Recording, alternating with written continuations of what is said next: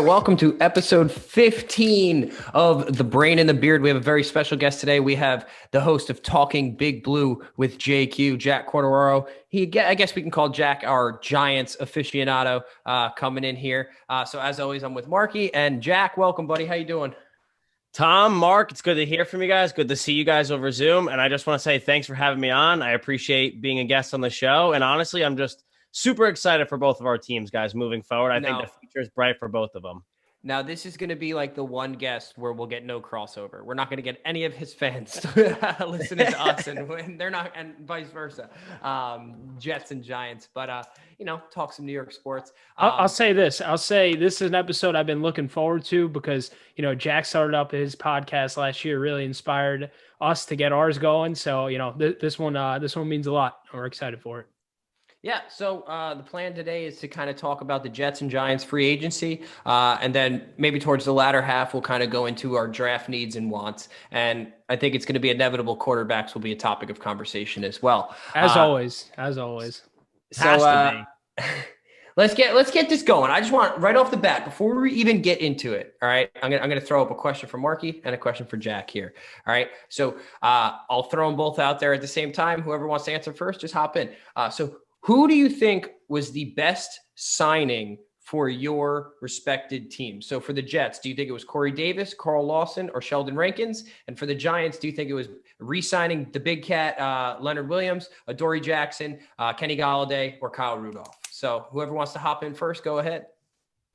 Yeah, Jack, you could take this one first. All right, so I'll talk about the Giants first, and then I actually want to say something about the Jets too. All right, so I think right now with the Giants, the biggest signing they had this offseason was Kenny Golladay. I think This is something they needed for Daniel Jones, just to get a guy out there. I kind of joke around when I say this. I say as a joke, but like I don't mean it as a joke. I'm like, Daniel Jones needs a receiver over like 6 foot that he can actually, maybe throw a contested jump ball to and, give him a shot deep downfield, because that's where Daniel Jones has had a lot of success last year. I mean, his numbers might not show up, but when he threw the deep ball, he connected on 50% of his passes. So I think with the Golladay signing, it doesn't only, give a little breathing room to Daniel Jones, but it also gives a lot of breathing room and recovery time for Saquon Barkley. Barkley's coming off his ACL tear. Teams aren't going to be able to stack the box all the time against Barkley now because they're going to have to worry about guys like Kenny Golladay, Sterling Shepard, Evan Ingram, and Kyle Rudolph. So I'm very excited about Kenny Golladay. I think he's going to have an immediate impact, and I just think he's going to help out, guys like Saquon Barkley and Daniel Jones a lot. Yeah. No, I'll go Giants first before we get into Jets. Can I ask one question? Yeah, what's up? What's Saquon's health situation? So as of right now, they said, he should be back by training camp. He should be ready to go. I've seen a lot, Tom. I see interviews all the time, and all these guys, they ask Saquon Barkley, like, when are you coming back? And he goes, I'm not putting like a timeline on myself or like a time restriction. When the doctors tell me I'm ready to go, that's when I'm going to hit the field. But I expect him to be back for training camp this summer. I think he'll be a full go by week 1. All right, awesome. So, hey, a lot of stuff to look forward to as a Giants fan. So go ahead, Marky, give me a shout. Let me know who you think the Jets' best signing was. So first off, I agree with Jack. Kenny Golladay, huge signing.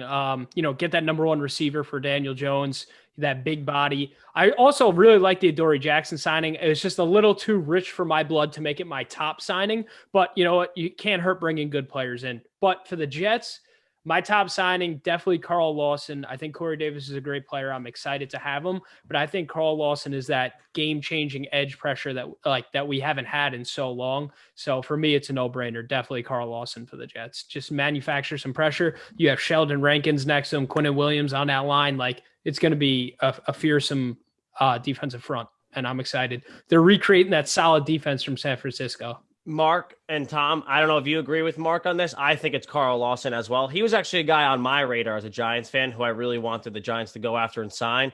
I mean, you look at his stats from last year. He had 44 pressures. He had 5.5 sacks. I think I'm in agreement with you guys with Carl Lawson because he is just an absolute like a ball of muscle just coming off the edge. But I think I'm gonna go Corey Davis here. Just because of the price point we got him at. Like we didn't break the bank on him, and I do think that everything I've seen about Carl Lawson is, like you guys said, probably our best signing. Just his attitude. I loved what he said about when Saleh took the job in New York. He said, he's like, he went and did some YouTube research and he was like, that's a guy I want to play for. And when he figured out that they were in a need for this position, he kind of made it his job. I mean, it is his job, but he kind of went out of his way to get our job here with the Jets. So I do think that is great, but I do think that as a Sam truther, I like the Corey Davis signing for the price point that we got, because we're going to keep. You must have loved what he said then. Team up. You must have loved what Corey said. We'll go into that later, but I loved it. I will say this though, for whoever Corey Davis is catching passes from next season, I think they're getting a very good wide receiver out of him. He had 984 yards last season. He was targeted 92 times. He's a big guy too. So I just think whoever his quarterback is, guys, next year, they're going to love throwing the ball to him. I really think they do, along with Jamison Crowder as well. Number 14. For sure. I think I wanted to mention, we didn't have the podcast last week. We switched to every other week. I think, 2 under the radar signings that happened in that time period. Jets brought in Tevin Coleman on a 1-year deal to kind of add a veteran into the running back room. And then also Vinny Curry. I know he doesn't put up crazy sack numbers, but he's an efficient pass rusher. I know he's a little older, but I think we got him for like a little over $1 million. That's a great addition to that defensive line as well. Not to mention on our defense, we got the kid from, he was with the Rams previously, but Marcus Joyner. Marcus Joyner. Yeah. With the Raiders. And going back and watching film on him after we signed him, I heard the name, I knew who he was, but going back and watching, he's a little dude, but he's kind of a spark plug. So I look forward to seeing him back there with, in our defensive secondary. And I think he's going to, make it fun to watch. One more thing before we go on, like you said, Marky, I meant to get that at the top of the show with our every other Tuesday. But when we get back into season, we will be every Sunday. Well, not every Sunday, but every Tuesday, all gas, no breaks for the season. So Jack, I got another free agent question for you guys. Where did Gettleman pull all this money from? I thought you guys had no cap space coming into the offseason. You walk away with a massive extension for Leo. I know that actually saved you guys some money in the cap structure. And then Galladay, 18 mil a year, and then Adoree, 13 mil a year. I know he structured it in a way that works, but just crazy signings for limited cap space.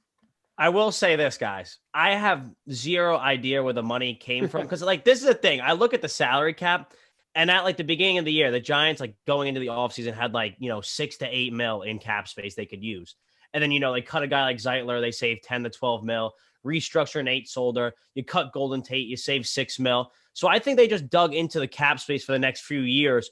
But at the same time, we're able to restructure some contracts like James Bradbury and Blake Martinez to free up space for guys like Leonard Williams. Hey, Leonard Williams is about to make $21 million a year.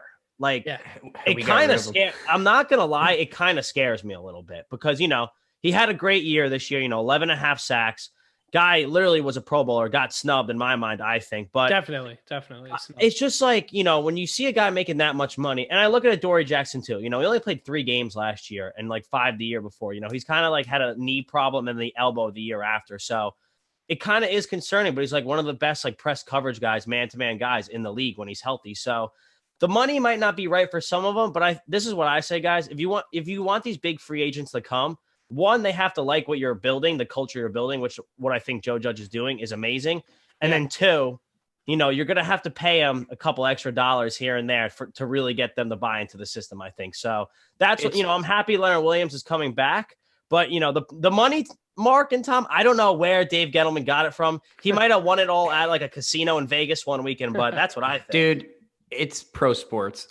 It's fake money. They just got so much to throw around. There's so I just don't know where it comes from. And then they those. No one does. Where does any money really come from? You know what I'm saying? Yeah, exactly. All right. So let's stay with the Giants for a sec, and then we'll switch back to the Jets. So my question for you, Jack, I've seen what the Giants have done, right?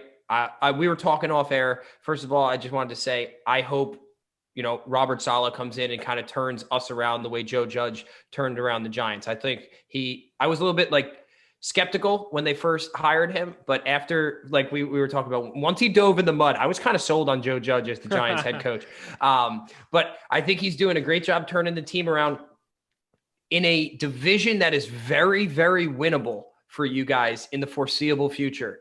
My question to you is, do you see Daniel Jones taking the next step to greatness that, some people think he will, some people think he won't? What do you think in your heart of hearts? And just tell me why. I'm going to assume you're going to say yes, but I want to know why. All right. So, yeah, I'm going to say yes, guys. I think he can take that leap.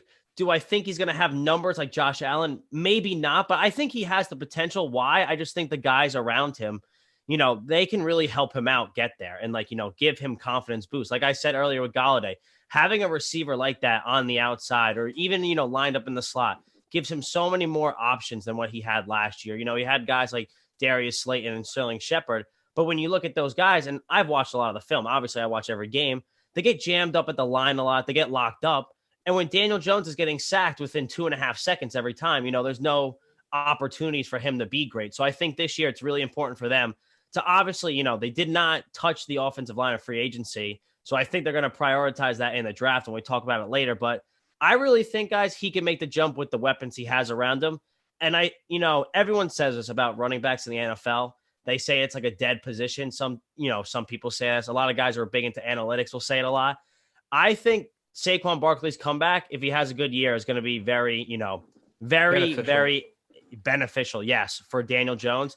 I think he can have a great season. I think he improved last year, but the stats do not show it. Like his rookie year was honestly a lot better than last year. But I just think last year, honestly, like the start of the season, guys, which such a dumpster fire for the Giants. They were 1-7 at one point. They ended up turning it around. Who are you talking to? Listen, I know. And that was my down part of the year, though. But Tom, to really answer your question, I really think he could be the guy for the Giants. I just think they need to put pieces around him like they did. And then, maybe if the offensive line can just do a little bit better, if they can just improve next year, I think, the sky's the limit for Daniel Jones. I'm not saying he's going to be MVP of the league, but I think he could be like an upper tier, top 15 quarterback in the NFL. I really do. I agree with you if he holds onto the ball security and he's smart. He doesn't throw picks. I think fumbles is probably his bigger concern. So I think if he has good ball security, I do think he could be in that upper echelon top 15. Marky, real quick, what do you think? Give us a yes or no on him. I think he can make the jump. I do. I think he's got great talent around him. I have a little bit of faith in Daniel Jones, not utmost faith, but I think he could get it done. The thing, I just want to say this before we move on. The thing that scares me, I don't know if you guys watched that Tampa Bay Bucks game the Giants played on that Monday night. Yeah. But Daniel Jones had 2 really bad interceptions. Super and honestly, you're preaching to the choir here. We got to watch Darnold every week. No offense. Oh, please. Can't wait to watch Darnold every week. There were throws, Tom and Mark, where Daniel Jones against the Bucks was literally like almost his knees were touching the ground, and he would still let go of the ball, throw it. 2 interceptions happened from that. And the Giants were up 14 points going in the half, and then they ended up losing that game because of those costly turnovers. So, like you said, Tom, if he limits the turnovers, holds on to the damn ball, and doesn't trip maybe on an 80-yard run next year, I think he'll be in a good spot. Yeah, who made those shirts? Was it the Rams or something? Run the damn ball? I think the Giants just got to get shirts made like hold the damn ball. Yeah, I think they do. Everyone on that team, including Ingram as well. So, or catch the damn ball. All right, here we go. Let's do a Jets question now for Marky, and I'm definitely gonna hop in on this one as well. But I want to hear what you guys have to say first. So we were talking about Corey Davis's comments. So after Corey Davis's comments about Sam Darnold, and I'm not gonna quote it exactly, but it was something along the lines of, I came to New York with the understanding that Sam is my quarterback. My question is, where do you think now the Jets organization stands with Sam Darnold? I think 100% going to draft a quarterback. I think I don't like how smug you are right now. I think about 5% chance they keep Sam and draft a quarterback. And I think about a 95% chance he's traded by night 2 of the NFL draft. I mean, I don't see them keeping both. And I just think that them not trading with San Francisco, the same exact deal the Dolphins did, is an indication that they're taking a quarterback with the second pick. They swapped the San Francisco trade. They gave up this year's first in the deal, like a swap, 2 future firsts and a third this year for the Dolphins to slide from 3 to 12. I mean, you got to figure they proposed that same exact deal to the Jets for the second pick to take the QB they would prefer, as opposed to waiting at 3. And I'm sure the Jets turned it down. So I just think it's 100% chance for taking a QB. I mean, Wilson's pro day was insane. Fields today was insane. I think Fields, opened that door again. Maybe he's in the mix, but I think it's Zach Wilson for sure. I don't think Fields is in the mix. It's Sam is who I want as my guy, just because I think it's going to be the best for our team going forward. I know look, Marky, Wilson right now is that new shiny toy to you and everybody else in the media. First of all, the media needs something to talk about, just like we're talking about this right now. I'm not going to call us the media, but we're talking about it as well. But Zach Wilson, look, if he is our guy and he's great, awesome, love it, awesome pick, whatever. But I think Sam is the better route for us. Let's trade. Let's see what we could get for this pick, because this kid's getting so much hype because he had such a good pro day, but it's still, I don't think he's better than Sam is right now. And I think we could build our team up better around him. My question is this for you. I mean, obviously if Sam's our QB week 1, I'm not going to be thrilled on draft night. I'll tell you that, but I'll obviously root for Sam and be all in. But if Zach Wilson's that new shiny toy, what is Sam Darnold? He had the 33rd overall QBR. Like, he was the bottom. He is the guy who has been treated so poorly by everybody for 3 years. That's what he is. And he needs his time to shine. Minor setback for a major comeback. Look, Sam Darnold, I'll be all MVP one day. I'll be all in rooting for him. You know that. But, I just think for our future, it makes so much more sense to take Zach Wilson. Jack, we're too biased. What do you think about it? All right. So I honestly love that you guys brought this up. I could see both sides to this. I think the Jets should move on and go with Zach Wilson at number 2. Okay. That's what I think. I don't even think it's Fields anymore. I think Zach Wilson has all the arm talent in the world to make him good wherever he goes. I think that kid is an absolute stud. But Tom, Sam Darnold deserves a second shot. He's going to get a second shot. Yes. Whether it's with the Jets or not. Listen, I know Adam Gase, he was not great. I think, a lot of what he did, ruined Sam Darnold a little bit. I don't think Sam Darnold's ruined though, but I just think, he deserves a real shot. What the Giants are doing with Daniel Jones now, I think Sam Darnold deserves that with the Jets or another team. You guys know what I'm saying? Yeah, no, I get that. I just think he deserves, I know he's got some better weapons now, but, I think there's one guy they could draft that too that could help him out a lot with the offensive line. I think you guys know who I'm talking about. No, I think he's a stretch at 2. Okay. All right. I think if you're going to go, they're not trading back, so it's over. I don't think they're trading back either. They would have taken that offer from San Francisco.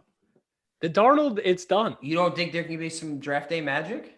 No. Tom, wait. I do have this to say, Tom. I was watching Trey Lance's and when I was watching actually Zach Wilson's pro day, that's when all the trade rumors, they broke. That's when the news broke.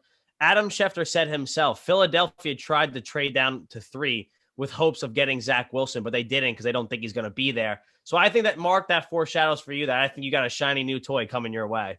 Oh, yeah. Look, you're going to be all in on Wilson once he's a Jet. I know that. I'm going to be. I'm just saying. Of course I'm going to be. But I think Darnold. I just think at this moment in time, it makes more sense to go a different route than that. All I know is you guys talk about these weapons. Sam's going to have so many weapons, whether it's Robbie Anderson and DJ Moore in Carolina, or Jerry Jeudy and KJ Hamler and Cortland Sutton or Corey Davis and Jamison Crowder and nah, that's Zach Wilson's crew. But talking about the draft, so no, stay on Wilson. I did think one thing that helps your argument, Marky, besides what you just talked about, is one thing you did not bring up. He was talking very highly about Joe Douglas. I think it was after his pro day. So I guess I'm going to ask you, what do you think what do you make of it? But I know kind of what you make of it, but I guess I wanted to just put that out there. He did have very, very high praise about Joe Douglas and the Jets organization, which often doesn't get thrown around all that much. So I do that kind of made me think all right, he probably is going to get drafted. So what were your thoughts on that? I mean, just to see Joe D on NFL Network interacting with him on the field, to me, that's as close of a done deal as it is. I love what he had to say about the Jets, but I do think Joe D keeps the cards to his vest. I don't think in any way he promised Zach Wilson he'll be the second pick if he's there, but I think there's a mutual understanding that it's going to happen. Yeah. Like I think it's for sure going to happen. I'm glad that he's like speaking about us, that like you mentioned, to get some positive light on the Jets. Like this feels good. Like everyone's connecting Zach Wilson to the Jets, saying how he's going to turn us around. I mean, I know we've been through this in the past with other quarterbacks, whether it was Geno or Sam, but I don't know. For me, it just feels different this time. And I'm just excited for April 29th. All right. Right on. All right. Let's talk draft here. I want each of you to give me your one. All right. Outside of Zach Wilson, we've talked enough about him. I want each of you to give me your one, or give me a few needs in the draft and give me your wants, as in which player would you like to see your organization draft? And I'm going to say for the Jets besides Zach Wilson, because I know you feel that way. Okay. So start with Jack. Let's go back to the Giants. All right. So who do I want? Well, I guess talk about your needs first. Actually, and also because we have a lot of Jets listeners, make sure you just say like you guys have the 11th pick, right? Because they might not know that. I didn't know that. Yes. Okay. Giants have the 11th pick. I think their biggest like three needs right now are trade up to 2, get Zach Wilson. No, that's our guy. That's our guy. I think guys. I think offensive line. I just think the interior of the offensive line, a right tackle, just another piece of the offensive line is number one need for me. I think number 2 is like an edge rusher. I really think they don't have like a standout edge rusher. Leonard Williams now, his contract tags him as a DN technically. He's inside.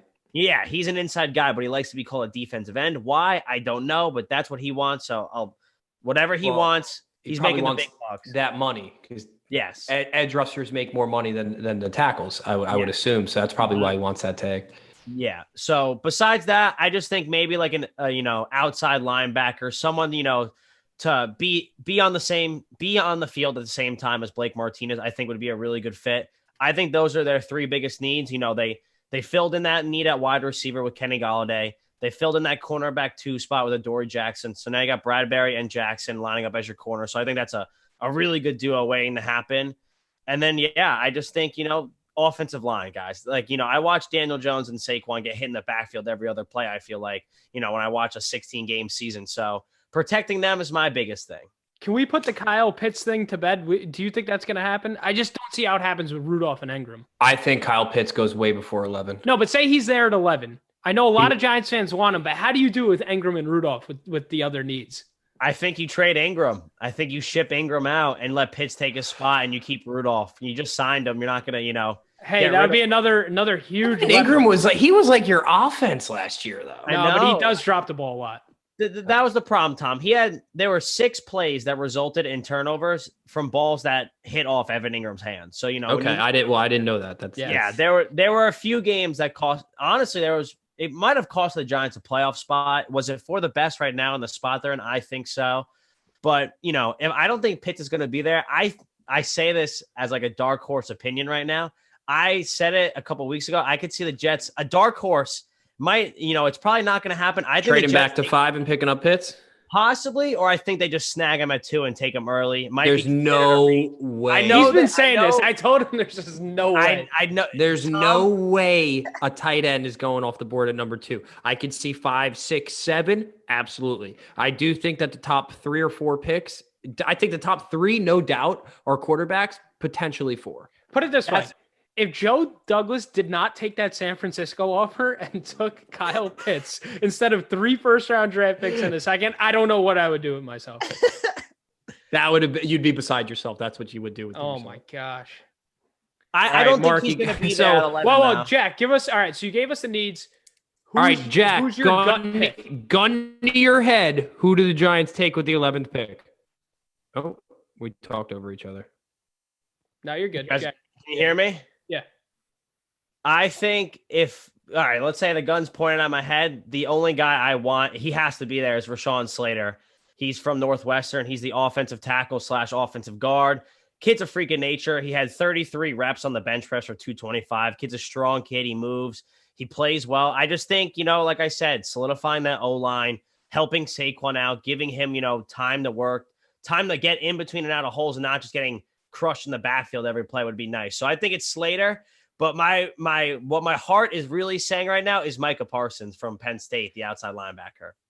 All right. Before I like those. Before I give my predictions or feels, what do you think is a bigger need, right tackle or guard, for you guys? Right tackle is an interesting question because it's like Matt Parrott, the kid who's just coming out of his rookie year, and then Nate Solder, who's like, just like a fill-in type tackle right now. He took a contract, a big, reconstruction.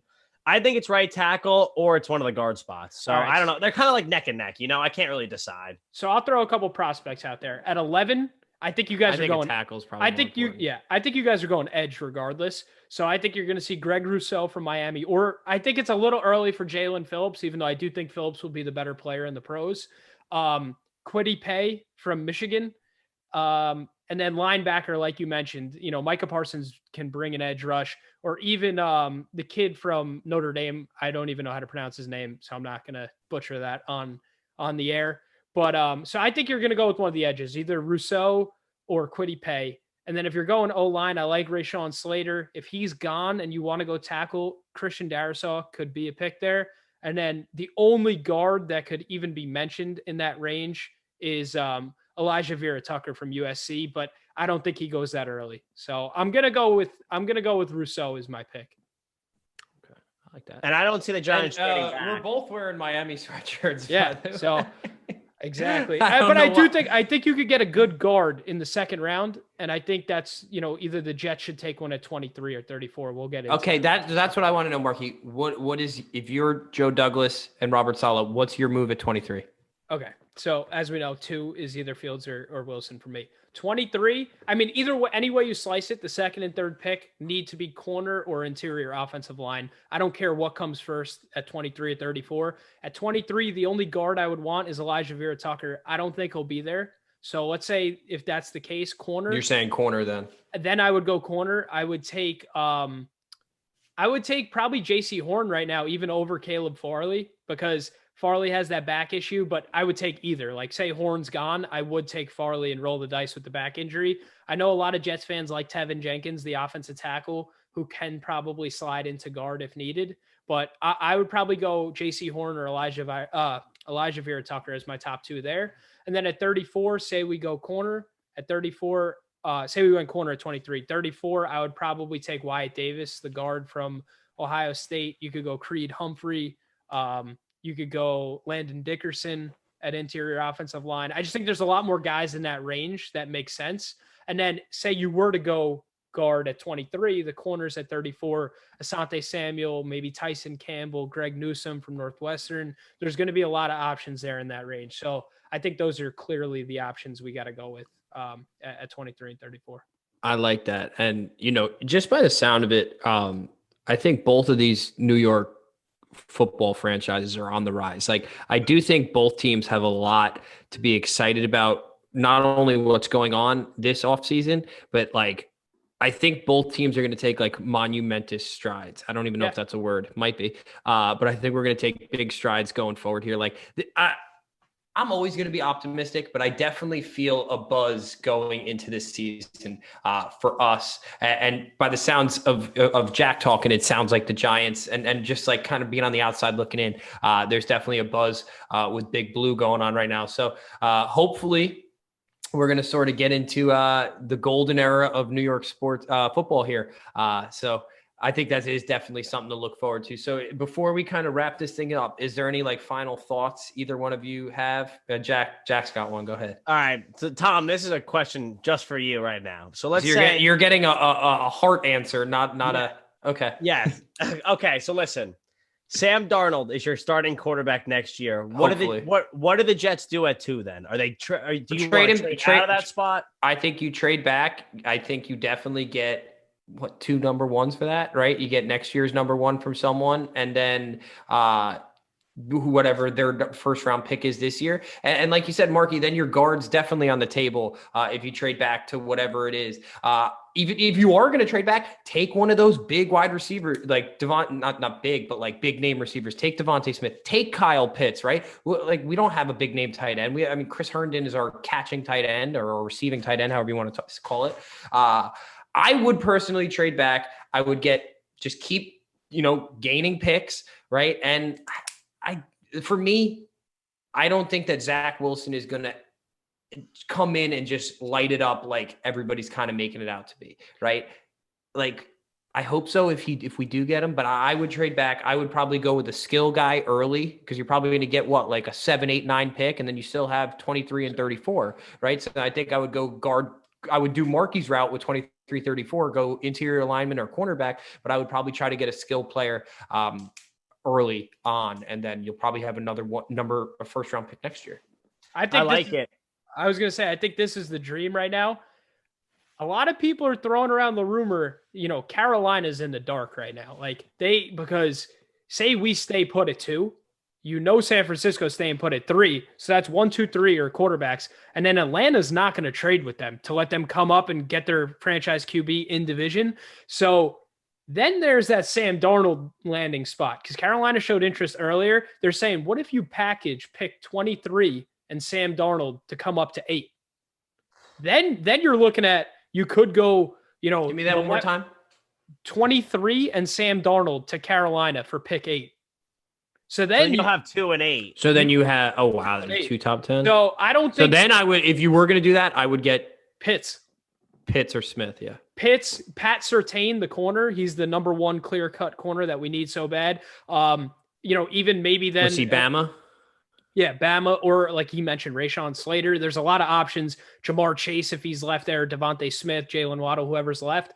But I don't see that happening. I think more realistic, though, is 34 and Sam Darnold for like number 19. I know there's another big Jets YouTuber out there that did a video on it today, Matt O'Leary, and he was breaking down these options. And I agree, that would be a cool option. Come up, you'd have 3 first-round picks then. You'd have 2, 19, and 23.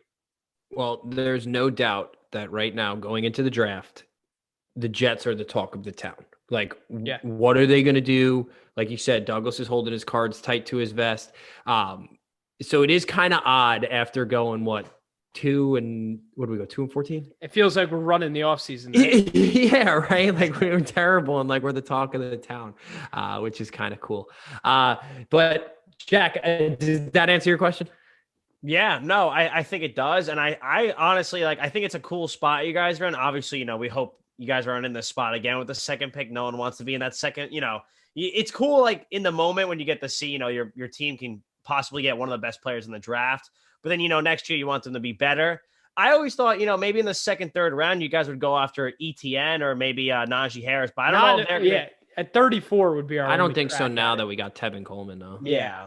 I'd rather just take Kenny Gainwell in the 3rd or 4th round. I will say this. You see the Giants fans trolling the Jets Twitter account because did you see from the draft, it was going into Sam's second year. They tweeted at the Giants, thank you basically for taking Saquon. It's a guy wearing the new Sam Darnold jersey and all the Giants fans just keep sending it back. I was dying. But I will say, I do feel more connected with the Giants and the Giants fan base. I know I sent you the TikTok I made about, how I hated the Giants my whole life. And then last year, a flip switched and switch flipped. And I was all in on the Giants playoff run. So I'm excited to see what the future holds for you guys.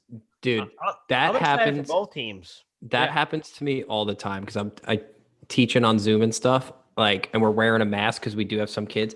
I get words jumbled up so many times. I swear 4 times a day, I'll just look into the Zoom and be like, words are hard, guys. I'm sorry. Yeah. I will say that one thing about Giants Twitter is I don't know if Jets Twitter is this toxic, but if you say one thing and a Giants fan disagrees with it, there is just an entourage of all of them that are just freaking out about something. So like the Giants signed Devontae Booker, his name is. He's a running back. He used to be with the Raiders and the Broncos. They're like, but why aren't we signing Kenny Galladay? This isn't Kenny Galladay. What is Dave Gettleman doing? Fire Gettleman, fire Judge. It's just all right, everyone chill.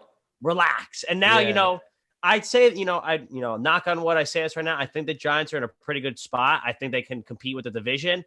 I think Washington's the biggest scare for them. I'm not afraid of Dallas. I think Washington magic really good. I think they're a very good team. Curtis Samuel, I thought they'd be after Darnold, to be honest. I thought they were gonna take a shot at Darnold. I did too. Yeah. I mean, my one thing though is we need to sign our corners. We have money. We need to re-sign Brian Poole and then go get a vet outside corner like Sherman or Steve Nelson. I'm sorry, not Mike I'm Wilson. surprised that hasn't happened yet either. I think Sherman would be a good fit. I like Sherman a lot. He still, hasn't been picked up yet, and I think he's a sleeper free agent right now. Yeah, I think he would be awesome for Salah's defense. I think it would work out great. All right, hey, we're running out of time here. We got our little timer flashing. Is that new? I didn't see that ever before. I think. Oh, it's good. It gave us a little heads up, so we didn't run over time. But hey, that's gonna wrap us up for episode 15. Want to give a big thank you to Jack. Give a shout out. What is all your stuff? Talking Big Blue at JQ at. Yeah, it's basically all the same thing. Talking Big Blue at JQ. You can't miss it when you look it up. You'll see. Go check out his pod, all of his social media accounts. He's got some good stuff up there. Yeah, we're trying to catch up and be like Jack. So go give him a check. Sir. Go check him out. You guys, listen. You guys are doing a great job. I love what you guys are doing. I think podcasting is a great thing, guys. We're such big fans, and it's like it feels so good just to like express it all and really get it out of our system. Because sometimes I need to rant, and podcast helps a lot. I think. Well, we were talking about Marky, like, look, we don't probably have that many people listening to us. Whoever is listening to us, thank you. We appreciate it. But at the end of the day, I live 4 hours away. It is nice to just talk with Marky for an hour or a week or whatever it is. Yeah. And we're talking about stuff we like. Oh, one more thing, guys. I did go, and we'll end on this. I actually went to go get another Jets tattoo the other day as like a walk-in, but there was like an hour wait. I was like, I'll come back. But I was going to get a Jets logo tattooed above my kneecap. So we'll see if that happens in the near future or not. Oh, yeah. Also, a little self-promotion. Go check out the TikTok. We're growing like crazy right now. Just hop on board before we're at 1 million. You know what I mean? It's gonna happen. So you guys hear that train in the distance? All aboard. Let's go. Oh yeah. And Jack, I know not many people are gonna see this because maybe more will be listening. Love the Xavier McKinney jersey. Thank you. I was gonna ask who that is. That's my type of jersey right there. One more thing. The 17th game for the Jets is the Philadelphia Eagles this year. And you guys are going to beat them down. You're going to beat them down. That's all I want. Let's hope so. All right, guys. We will talk to you in 2 weeks. 2 weeks from now. Later.